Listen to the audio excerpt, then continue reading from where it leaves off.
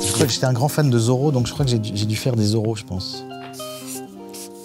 J'adorais Guy Williams, qui était beau comme tout. Avec sa cape. C'est beau, hein?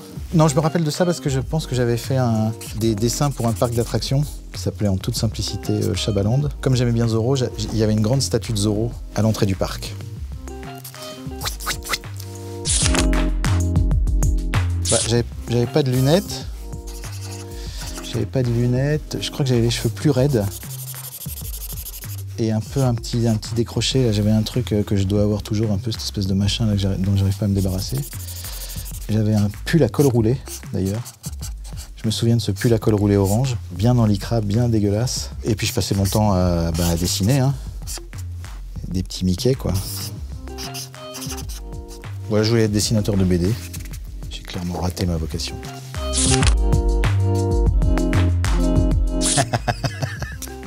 Qui c'est qui gagne, alors?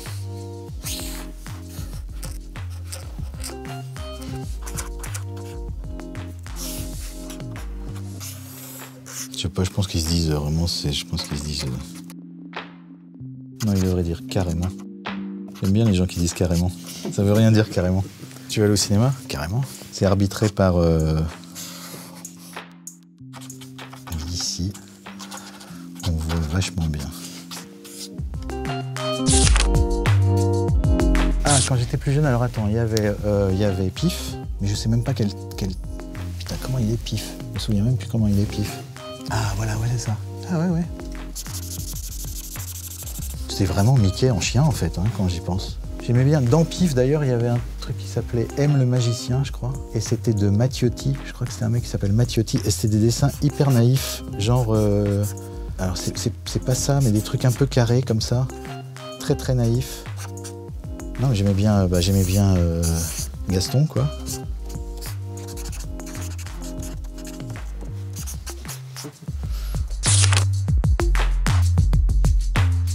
Alors, je crois que c'est un crime pas du tout parfait, je pense.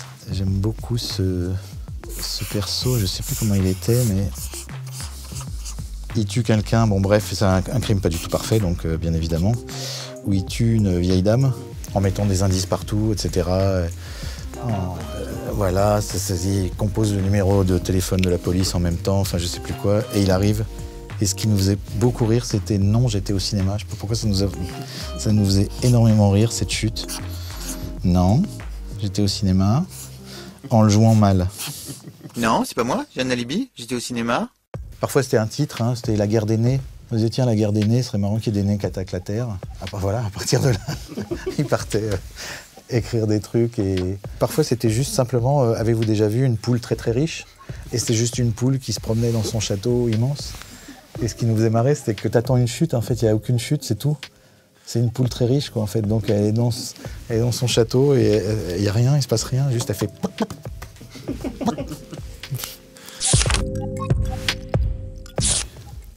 Celui qui a fait le plus peur, enfin, disons le moins le plus peur, hein, franchement. Ouais. Dessiner, c'est gagné. L'exorciste? Ouais. Je l'ai vu, je sais pas en quelle année c'était, mais je l'ai vu au cinéma, j'étais terrifié, quoi. Et quand même, attends, merde, ça pourrait être quoi les... Je vous fais deviner. Ouais.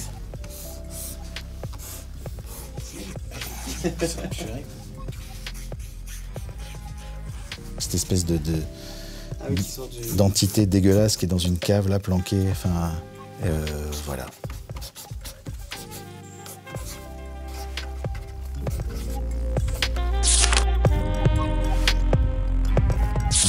Qui pourrait y avoir? Bon, alors on va mettre, par exemple, les Blues Brothers. Déjà parce qu'ils vont avoir un faux rythme, parce qu'ils parlent peu, donc l'émission elle va être mal rythmée. Et en face... Non, alors ça serait pas mal aussi. On pourrait mettre... comment il s'appelle? On pourrait mettre... OSS 117. Et même, pourquoi pas... Kaamelott. Par exemple, on va mettre le roi Arthur et OSS contre les Blues Brothers.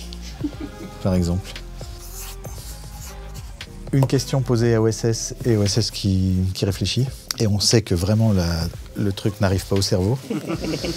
Ce qui va énerver Arthur, qui connaît les réponses, qui est agacé. Et en face, les deux Blues Brothers qui sont probablement recherchés par la police pour je ne sais quelle raison. Et en fait, ils ont trouvé cet endroit pour se cacher, donc ils vont faire semblant de jouer le jeu, mais en fait, ils sont tendus parce qu'ils savent qu'ils vont se faire choper et qu'ils vont se faire arrêter et qu'ils vont finir à Joliette, dans la prison. Quand je suis énervé, je crois que c'est sa mère, la pute. Ça peut être vraiment...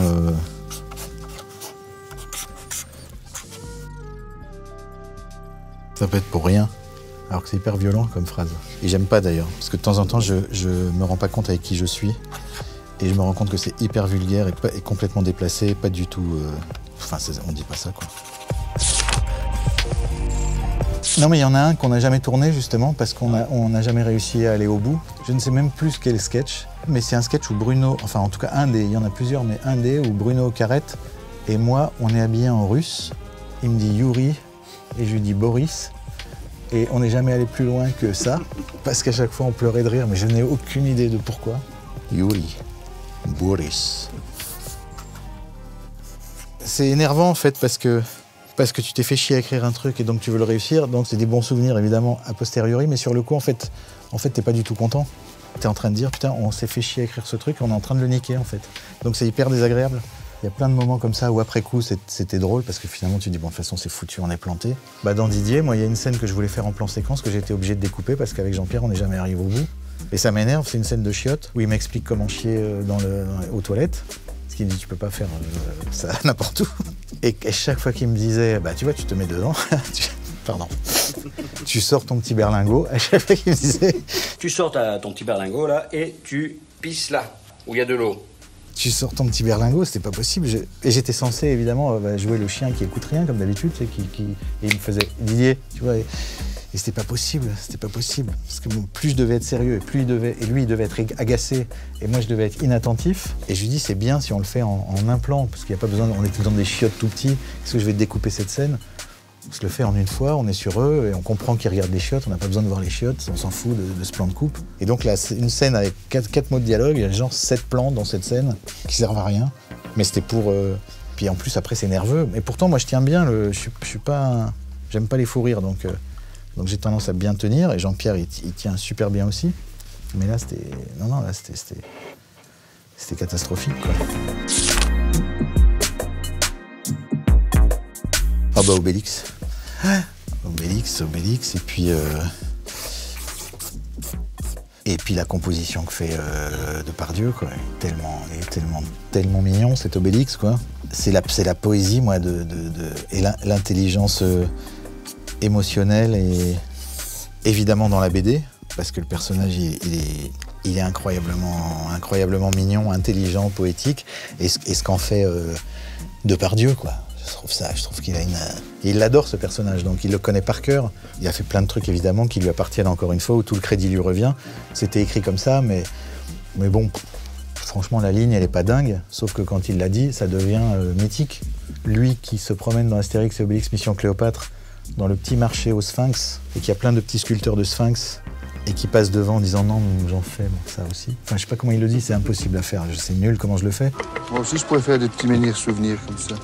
Et là-dedans, il y a sa vie entière, il y a tout un truc de, je sais pas, il y a tellement de strates. D'un seul coup, le truc, t'as l'impression d'avoir écrit un truc vraiment génial, quoi.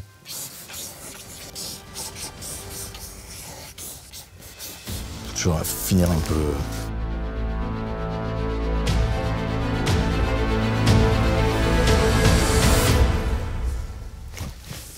Super.